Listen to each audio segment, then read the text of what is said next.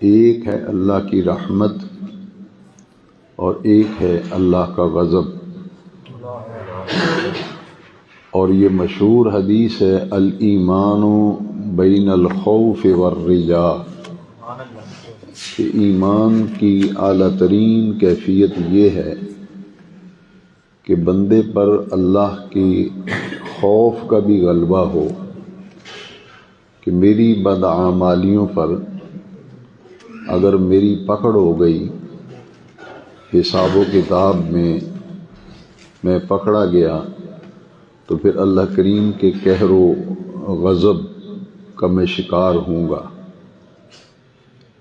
اس تصور سے آدمی ہر اس کام سے بچتا ہے جس کام کے کرنے میں اللہ کا غضب ہوتا ہے، اللہ کی ناراضگی ہوتی ہے، تو پھر آدمی کی زندگی مسلمان کی بڑی اچھی گزرتی ہے جب اس میں خوف کی کیفیت غالب ہوتی ہے۔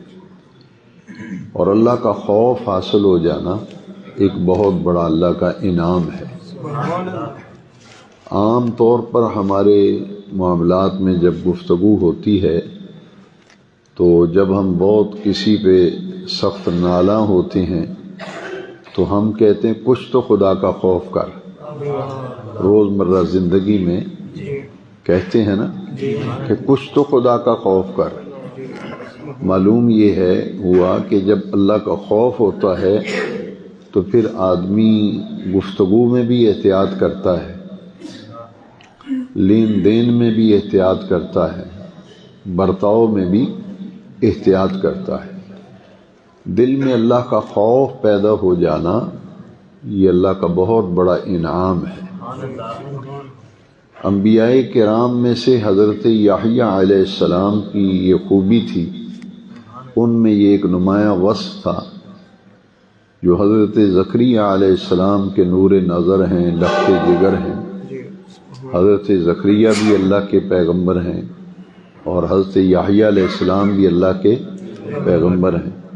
تو حضرت زکریا جب درس دیتے تھے، جس طرح ہم درس سن رہے ہیں، درس میں حاضر ہیں، وہ جب درس دیتے تھے تو حضرت یحییٰ علیہ السلام پھوٹ پھوٹ کر روتے تھے۔ کب روتے تھے؟ جب اللہ تعالیٰ کی گرفت، اس کی پکڑ، اس کے غضب کا ذکر آتا تو وہ پھوٹ پھوٹ کر رویا کرتے تھے۔ تو حضرت زکریا علیہ السلام